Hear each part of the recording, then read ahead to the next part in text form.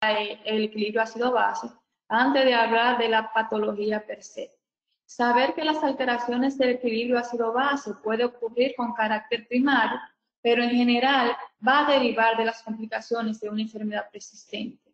Por ello, no es raro que una caracterización correcta del trastorno ácido-base sea la pista fundamental para identificar un proceso causal insospechado hasta entonces. La regulación ácido-base. Sabemos que un ion hidrógeno no es más que un protón libre de un átomo de hidrógeno. Y la concentración de este hidrógeno influye en casi todo el sistema enzimático del organismo. Es esencial que este esté regulado de forma precisa. De este modo, los cambios en la concentración del hidrógeno pueden alterar casi todas las células y funciones del organismo. En la regulación del equilibrio ácido-base tenemos dos componentes importantes, que es la acidosis, los ácidos, y las bases. Un ácido no es más que una molécula que está disuelto en un líquido y tiene la capacidad de liberar iones de hidrógeno. Entre esos están el ácido clorhídrico y el ácido carbónico. Y una base es una sustancia, una molécula, que dentro de un medio acuoso tiene la capacidad de captar, de unir lo que es moléculas de hidrógeno. Entre ellas está el más importante, que es el bicarbonato. Aparte de ello, vamos a tener sustancias, doctor, ¿puede pasar la diapositiva? Podemos tener sus ácidos, los equilibrios ácido-base, vamos a tener sustancias fuertes y débiles. Entre las sustancias fuertes, el ácido y la base, tenemos que esta tiene la capacidad de disociarse de forma rápida y total. Entre el ácido fuerte tenemos el ácido clorhídrico, entre la base fuerte vamos a tener el hidroxilo. También vamos a tener sustancias débiles entre los ácidos y la base débil. Esta tiene la característica es que no se va a disociar, se va a disociar el hidrógeno, pero lo hace de forma parcial, lo hace de forma lenta. Entre el ácido débil vamos a tener el ácido carbónico y entre la base débil vamos a tener el bicarbonato. En el equilibrio ácido-base tenemos lo que es la alcalosis. La alcalosis se refiere a una extracción excesiva de hidrógeno en el líquido orgánico, en contraposición a una adición excesiva, situación que recibe el nombre de acidosis. Dentro del equilibrio ácido-base tenemos varios términos, entre ellos es el pH, que el pH de una solución se define como el logaritmo negativo de la concentración de hidrógeno. El pH va a variar inversamente a la concentración de hidrógeno. Aquí podemos ver la fórmula, que es el pH es igual al logaritmo inverso de hidrogeniones. Mayormente, el pH va de 7.35 a 7.45. La cantidad de la concentración de los iones de hidrógeno nos van a hablar sobre la concentración, si es acidosis o es alcalosis. Se dice que un paciente tiene acidosis cuando tiene el pH por debajo de 7.35 y alcalosis cuando es mayor de 7.45. En la regulación ácido-base también podemos ver la presión de dióxido de carbono, que esto nos va a hablar de un trastorno a nivel respiratorio. Lo normal va de 35 a 45 milímetros de mercurio. Se dice que cuando tenemos acidosis, la presión de dióxido de carbono va a estar mayor de 45 milímetros de mercurio y hablamos de alcalosis respiratoria cuando vamos a tener menos de 35 milímetros de mercurio. Otro factor determinante es el bicarbonato, que el valor normal va a ser de 24 más o menos 2. Vamos a hablar que el bicarbonato, cuando tenemos una disminución del mismo, vamos a estar ante una acidosis. Y cuando tenemos elevación del bicarbonato mayor de 26, estamos ante una alcalosis. Los trastornos del bicarbonato va a ser de tipo metabólico, a diferencia de la presión de dióxido de carbono, que va a ser respiratorio. Entonces, este es un breve resumen de lo que ya yo había explicado anteriormente. saber que el pH va de 135 a 145. Cuando tenemos elevación de hidrogeniones, vamos a tener que el pH va a ser menor de 135 y hablamos de una acidosis. Cuando tenemos el bicarbonato disminuido, ya hablamos de una acidosis metabólica. Y cuando tenemos la presión parcial de dióxido de carbono elevado, estamos ante una acidosis respiratoria. Ya cuando tenemos disminución de los hidrogeniones y el pH es mayor de 7.45, estamos ante una alcalosis. Cuando tenemos un aumento del bicarbonato, estamos ante una alcalosis metabólica. Y cuando tenemos una disminución de la presión parcial de dióxido de carbono, estamos ante una alcalosis respiratoria. El cuerpo humano es excesivamente inteligente y tiene 3 componentes que van a actuar frente a los cambios de los iones de hidrógeno. Entre estos tenemos los sistemas de amortiguación ácido-básico, que son químicos de los líquidos orgánicos, que se combinan de forma inmediata con un ácido o con una base para evitar cambios excesivos en la concentración de hidrógeno. Los buffer o amortiguadores del ácido básico más importantes, vamos a tener las proteínas, como es la proteína y la hemoglobina. También en la segunda línea de compensación vamos a tener el centro respiratorio, que regula la eliminación de dióxido de carbono y por tanto de ácido carbónico del líquido extracelular. Los riñones, que corresponde a la tercera línea, que puede excretar una orina tanto ácida como alcalina, lo que permite normalizar la concentración de hidrógeno en el líquido extracelular en caso de acidosis o alcalosis. El equilibrio ácido-base, cuando se produce un cambio en la concentración de hidrogeniones, los sistemas amortiguadores de los líquidos orgánicos reaccionan en un lapso de segundos para contrarrestar las desviaciones. Este tipo de linaje, esta primera línea, se va a ver en esos procesos agudos en lo que hay un desequilibrio ácido-base. Como ya mencionado anteriormente, la segunda línea de defensa es el aparato respiratorio, ya que actúa en minutos eliminando el dióxido de carbono y por tanto el ácido carbónico del organismo. La tercera línea es la más lenta, es la vía renal y se encarga de eliminar tanto los ácidos como las bases para restaurar lo que es el equilibrio ácido-base. Es el riñón la tercera línea, pero es el más potente. Ya hablamos un poquito de las generalidades del equilibrio ácido-base. Ahora vamos a entrar a la patología en sí, que es la acidosis respiratoria. La acidosis respiratoria no es más que una alteración del equilibrio ácido-base, en donde es muy frecuente y tiene una alteración en la morbilidad del paciente y el pronóstico. Se dice que una acidosis respiratoria es un trastorno que se va a caracterizar por un aumento de la presión parcial de dióxido de carbono. Y vamos a tener en esa un descenso del pH. Vamos a tener un ascenso compensatorio de la concentración de bicarbonato a través de los mecanismos reguladores renales. Debido a que la acidosis se deba a alteraciones respiratorias, se va a denominar una acidosis respiratoria. En esta es bueno mencionar que lo importante es identificar cómo está la presión del dióxido de carbono, que va a estar aumentada, y que el pH en este caso va a estar disminuido. Aquí se puede ver en esta imagen, en la acidosis respiratoria, como yo lo había mencionado anteriormente, la presión de dióxido de carbono va a estar aumentada, el pH va a estar disminuido y la alteración compensatoria, o sea, el bicarbonato, va a estar aumentado. Vamos a hablar un poquito de la fisiopatología de la enfermedad.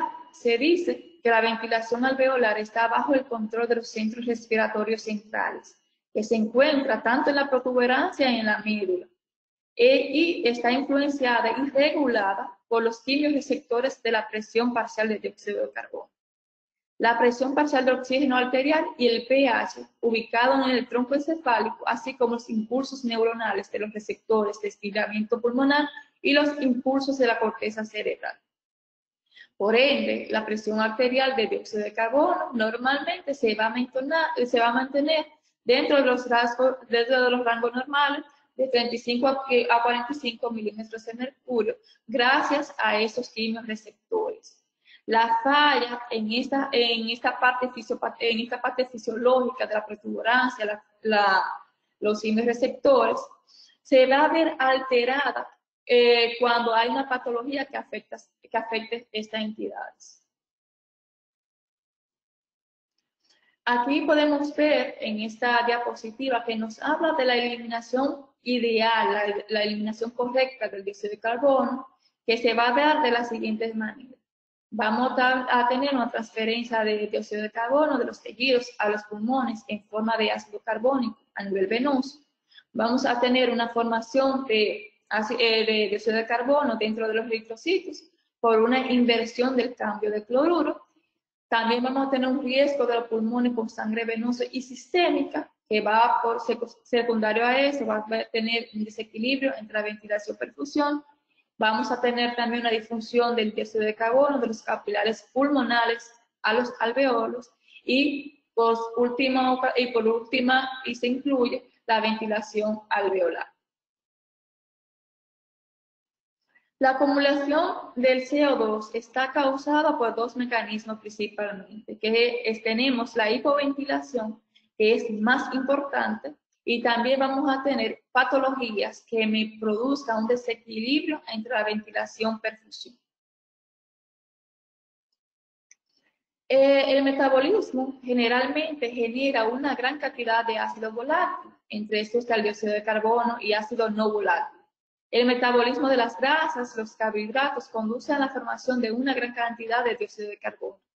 Este se combina con el agua para formar ácido carbónico y los pulmones se encargan de excretar la fracción volátil a través de la ventilación y normalmente no se produce acumulación de ácido. Una alteración significativa en la ventilación que afecte la eliminación de dióxido de carbono puede causar un trastorno respiratorio ácido-base.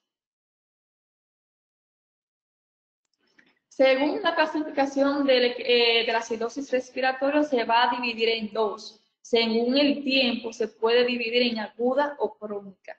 Hablamos de una entidad aguda cuando tiene aproximadamente menos de 24 horas y crónica mayor de 24 horas. Pero algunos textos también la clasifican en aguda o crónica dependiendo del pH. Entonces, se dice que en la acidosis respiratoria aguda, la presión parcial de dióxido de carbono se va a elevar por encima del límite superior del rango de referencia, es decir, mayor de 45 milímetros de mercurio, con una acidemia acompañante, es decir, que el pH está por debajo de 7.35. Para hacer la diferencia en esta entidad, siempre tenemos que ver que la presión parcial del dióxido de carbono está elevada, pero que el pH está disminuido. Esta parte nos puede orientar de si es agudo o crónico. Esta ocurre cuando hay una falla abrupta de la ventilación, lo cual puede resultar de una depresión del sistema del centro respiratorio central. Hay algunas patologías que me pueden presentar una acidosis respiratoria aguda. Entre ellas está una crisis de broncoespasmo, un paro cardiorrespiratorio, que es de forma abrupta. Hay una elevación compensadora inmediata debido a los mecanismos de amortiguación celular, que es el bicarbonato. Como yo le mencioné anteriormente, aquí va a actuar la primera línea de defensa, que aumenta, en este caso, 1 miliosmol por litro por cada 10 mililitros de mercurio de incremento de la presión parcial de dióxido de carbono. El cambio agudo en el bicarbonato es, por tanto, relativamente modesto y es generado por la sangre, el líquido extracelular y el sistema de amortiguación celular. La primera línea, como ya lo he mencionado anteriormente.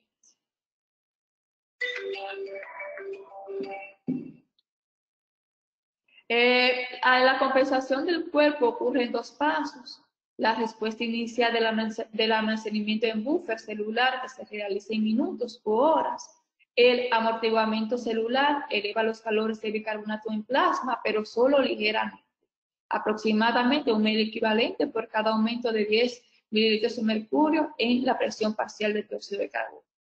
La segunda línea que actúa en este caso es la parte renal, que va a hacer su función, es más lenta, como ya había mencionado anteriormente, y va a tardar de 3 a 5 días para hacer su función. Aquí va a aumentar la excreción renal de ácido carbónico y aumenta la absorción de bicarbonato.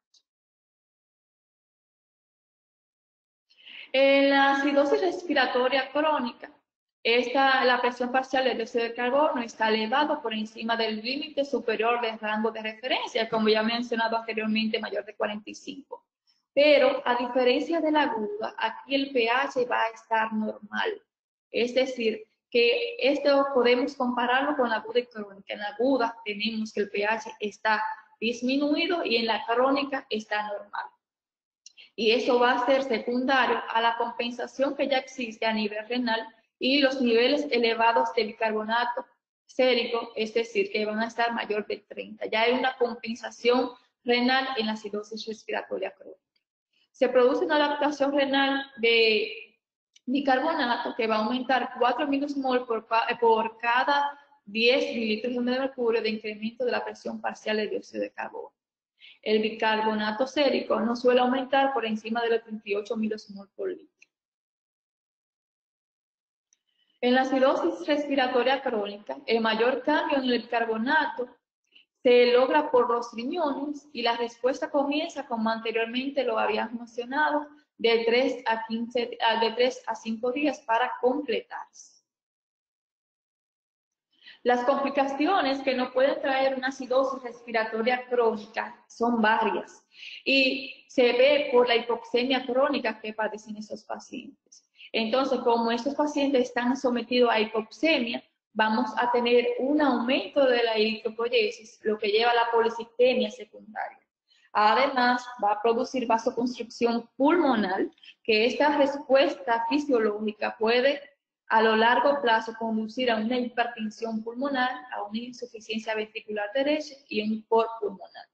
Aquí se puede ver todas las complicaciones que nos puede dar una acidosis respiratoria crónica. Entre las causas de la acidosis respiratoria tenemos varias. Entre ellas tenemos alteración de la ventilación pulmonar, entre ellas la obstrucción de las vías respiratorias, síndrome de apnea del sueño, POC, edema agudo de pulmón y otras enfermedades de la vía respiratoria y parénquima pulmonar. También vamos a tener alteraciones de la pared torácica y de los músculos respiratorios, entre ellas enfermedades nerviosas como son la polineuropatía, enfermedades de la segunda motoneurona, enfermedades de la caja torácica, entre otras. También vamos a tener enfermedades de los centros respiratorios, como depresión metabólica de los centros respiratorios, como una alcalosis metabólica, también fármacos, hipotiroidismo, enfermedades estructurales del centro respiratorio, como poliomielitis vulvar, encefalitis, entre otros. Las manifestaciones clínicas va a ser secundaria a la enfermedad subyacente. Entonces, esos pacientes mayormente, dependiendo del nivel de hipercapnia que tienen, de los niveles de dióxido de carbono, es que me va a dar la sintomatología. Si un paciente tiene hipercapnia de forma leve o moderada, mayormente pasa a la sintomática, pero cuando ya la tiene grave, el paciente puede estar tornarse ansioso, disneico, puede tener alteraciones del sueño, hipersomnolencia diurna, y a menudo que aumenta la presión parcial de dióxido de carbono, la ansiedad puede progresar a delirio y los pacientes se vuelven más progresivamente confusos y somnolientos. A esta condición se le conoce como narcosis del dióxido de carbono. Antes de realizar el diagnóstico, se debe considerarse todas las causas potenciales de acidosis respiratoria. Tenemos que descartar cualquier enfermedad pulmonar, enfermedades neuromusculares, depresión neurológica central. También debemos descartar las condiciones neuromusculares y esqueléticas que deben considerarse, como es la esclerosis lateral amiotrófica, más bien conocido como ELA, distrofia muscular, cifocoloidosis severa, síndrome de Guillain-Barré y miastenia gravis. Para hacer el diagnóstico, lo importante es el examen físico y la historia clínica que nos puede orientar en la posible patología que está acusando el paciente. Y aparte de eso, un estudio que nos va a orientar acerca del desequilibrio son los gases arteriales. Cuando queremos descartar esta entidad, aquí se puede ver que el pH va a estar por debajo de 7.35 y la presión parcial del óxido de carbono va a ser mayor de 45. Esto me da el diagnóstico de que el paciente está ante una acidosis respiratoria. También vamos a ver los electrolitos, en donde se puede ver que el potasio mayor, en algunas veces en los casos, puede estar aumentado. También se tiene que realizar el paciente estudio del tiroides, porque esos pacientes con hipotiroidismo me puede hacer hipoventilación y aumentar lo que es la hipercapnia. También conteo sanguíneo, por lo que ya me han comentado anteriormente, que los datos de hipopsia me pueden producir policitemia secundaria y aparte infecciones me pueden producir una acidosis respiratoria. También podemos hacer el examen toxicológico y drogas, porque podemos descartar a esos pacientes que se sedan con benzodiazepina.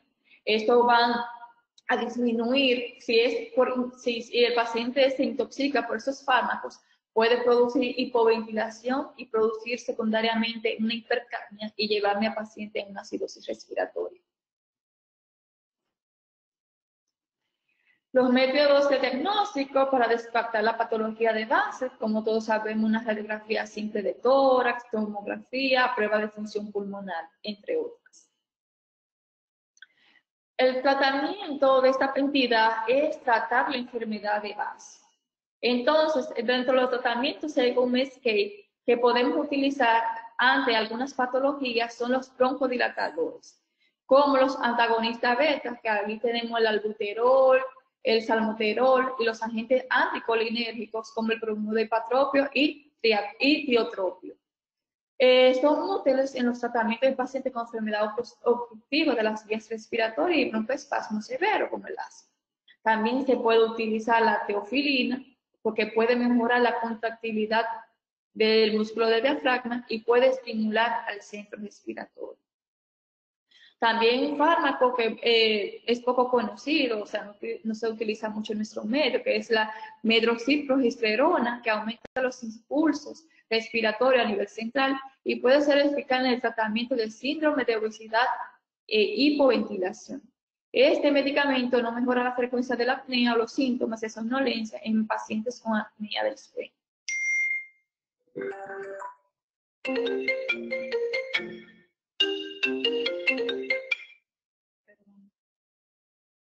Perdón, excusen. Entonces vamos a tener los antagonistas de drogas, la terapia farmacológica dirigida a revertir los efectos de ciertos medicamentos sedantes pueden ser útiles en casos de una sobredosis accidental o intencional. La naloxona puede usarse para revertir los efectos de los narcóticos, como el flumazenil, que puede usarse para revertir los efectos de las benzodiazepinas. El bicarbonato, la infusión de bicarbonato de sodio rara vez está indicada. Esta medida puede considerarse después de un paro cardiorrespiratorio con un pH extremadamente bajo, por debajo de 7 o 7.1.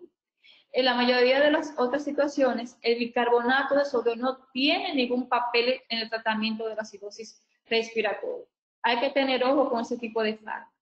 También hay otro fármaco que es la cetazolamida, que es un diurético que aumenta la excreción de bicarbonato e induce una acidosis metabólica, que posteriormente estimula la ventilación. Sin embargo, la cetazolamida, después de usarse con precaución en este contexto, puede inducir a una acidosis metabólica en un paciente con acidosis respiratoria, que puede provocar un pH muy bajo. Si el sistema respiratorio del paciente no puede compensar la acidosis metabólica que induce, el paciente puede sufrir de hipercalemia y una arritmia cardíaca potencialmente mortal. En estos pacientes, lo importante es el soporte ventilatorio, dependiendo si el paciente tiene una hipercapnia o una acidosis respiratoria muy grave. se induce a la ventilación mecánica.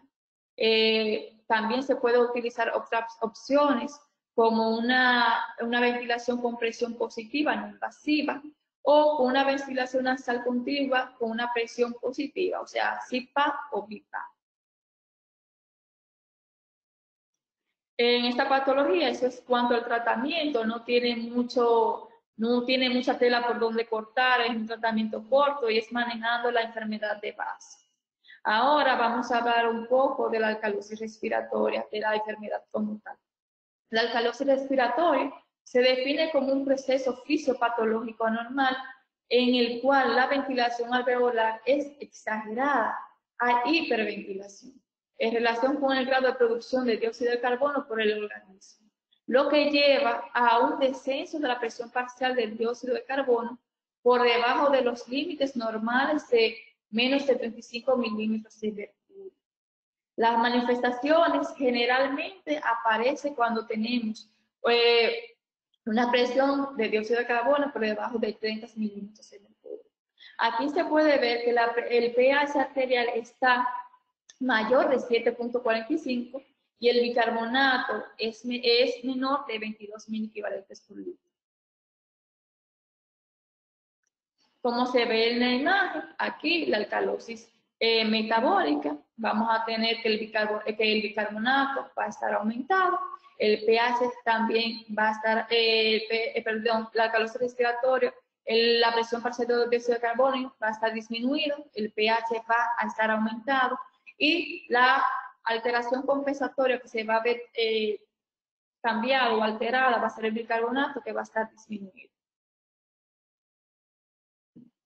La alcalosis respiratoria es la normalidad de ácido base más común y es más observado en los pacientes en estado crítico. Se va a asociar con numerosas enfermedades y es un hallazgo común en pacientes con ventilación mecánica. Muchos trastornos cardíacos, pulmonares pueden manifestarse con una alcalosis respiratoria como un hallazgo temprano o intermedio.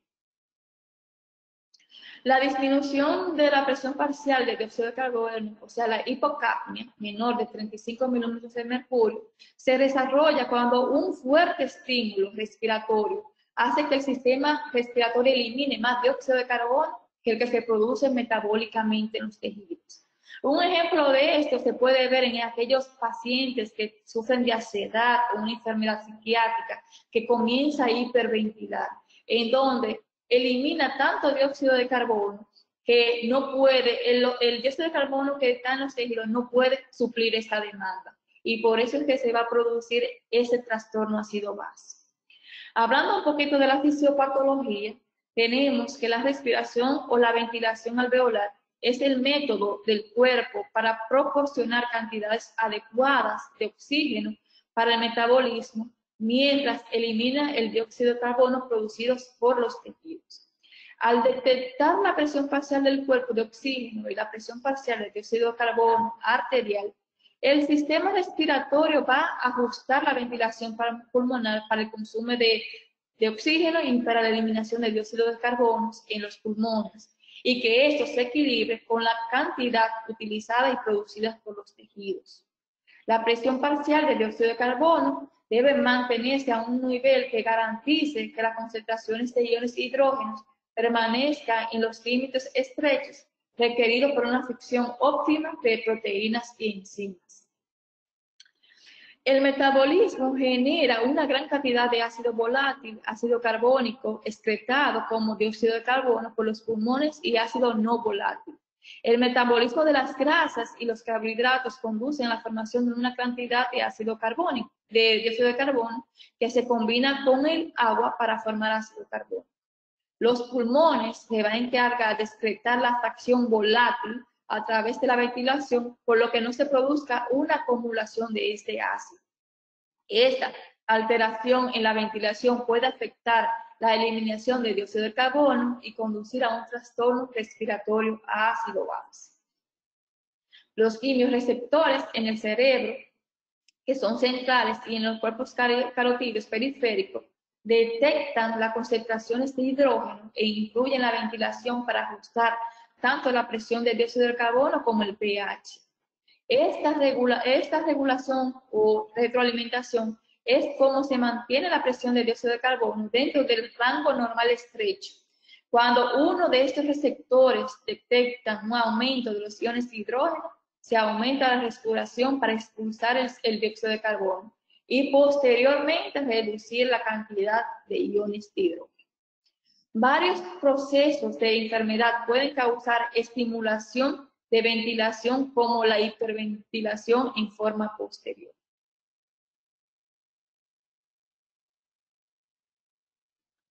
En la alcalosis respiratoria vamos a tener una hiperventilación que va a ser persistente y va a conducir a la hipocapnia.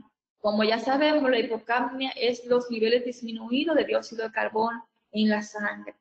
La hiperventilación se refiere a un aumento de la ventilación alveolar que es desproporcionado de la tasa de producción metabólica del dióxido de carbono, lo que va a llevar a un nivel de presión parcial de dióxido de carbono por debajo del rango normal o hipocapnia.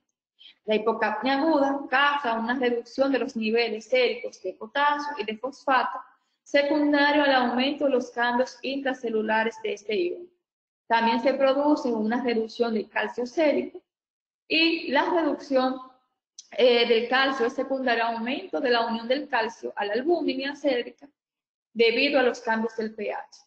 Muchos de los síntomas que presentan personas con alcalosis respiratoria están relacionados con la hipocalcemia. La hiponatremia y la hipocloremia también pueden estar presentes en esta patología. La hiperventilación aguda, como hipocapnia, causa una pequeña reducción temprana de los niveles séricos de bicarbonato como respuesta al desplazamiento de la célula de bicarbonato. Agudamente, el pH plasmático y la concentración de bicarbonato varían proporcionalmente con la presión parcial de dióxido de carbono a lo largo de un rango de 15 a 40 milímetros de mercurio.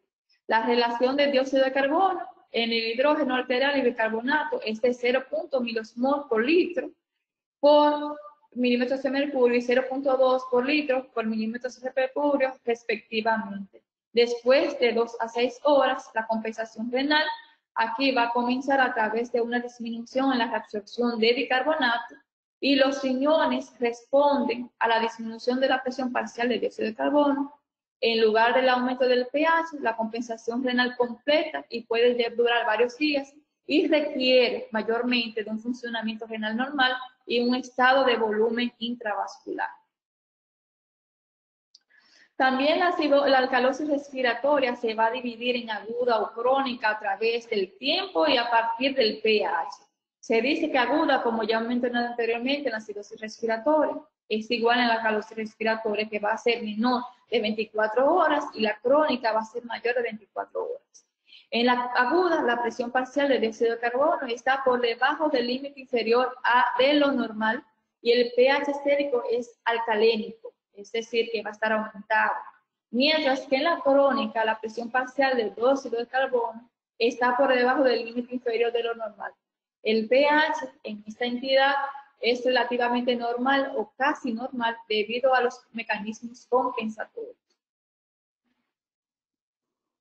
Entre las causas que tenemos de una alcalosis respiratoria, podemos tener una estimulación directa del centro respiratorio. Una de las causas principales de la alcalosis respiratoria es la ansiedad, la alteración psicogénica que anteriormente le había mencionado. Me lo puede dar también una sepsis, el embarazo, la cirrosis, alteraciones en donde hay hipoxia, como EPOC, las grandes alturas, una anemia grave, también un paciente con hipotensión, enfermedades pulmonares, tanto como asma, neumotórax, enfermedades intersticiales, edema, y también fármacos como salicilatos, nicotina, santina, catecolamidas, entre otras causas. Las manifestaciones clínicas, como ya habían dicho anteriormente, se debe a la enfermedad subyacente. Mayormente, estos pacientes pueden tener, por el grado de hipoxia que pueden presentar, pueden tener mareos, confusión mental, síncope, convulsiones. También puede tener También va a depender de la duración y su gravedad en el proceso de una enfermedad subyacente. Estos pacientes pueden tener tetanía, disnea, parestesia, dolor u opresión de pecho. Entre las consideraciones diagnósticas, se debe descartar de que el paciente tenga un hipertiroidismo, porque en los pacientes con hipertiroidismo mayormente va a tener estimulación del centro respiratorio y me va a llevar a una hiperventilación. También podemos ver esto en el caso de la embarazada, con el aumento de la progesterona, también estimula el centro respiratorio y me va a llevar a la paciente a hiperventilar. Mayormente esas pacientes embarazadas van a tener una alcalosis respiratoria crónica. Ella es muy común en las pacientes embarazadas. También en los pacientes con insuficiencia cardíaca congestiva de bajo gasto, estos pacientes que tienen congestión pulmonar, mayormente se va a estimular el centro respiratorio y secundario a eso, también me va a hiperventilar. Y también en la enfermedad hepática crónica, porque hay una elevación de amonio, hay una elevación también de progesterona y me va a estimular el centro respiratorio.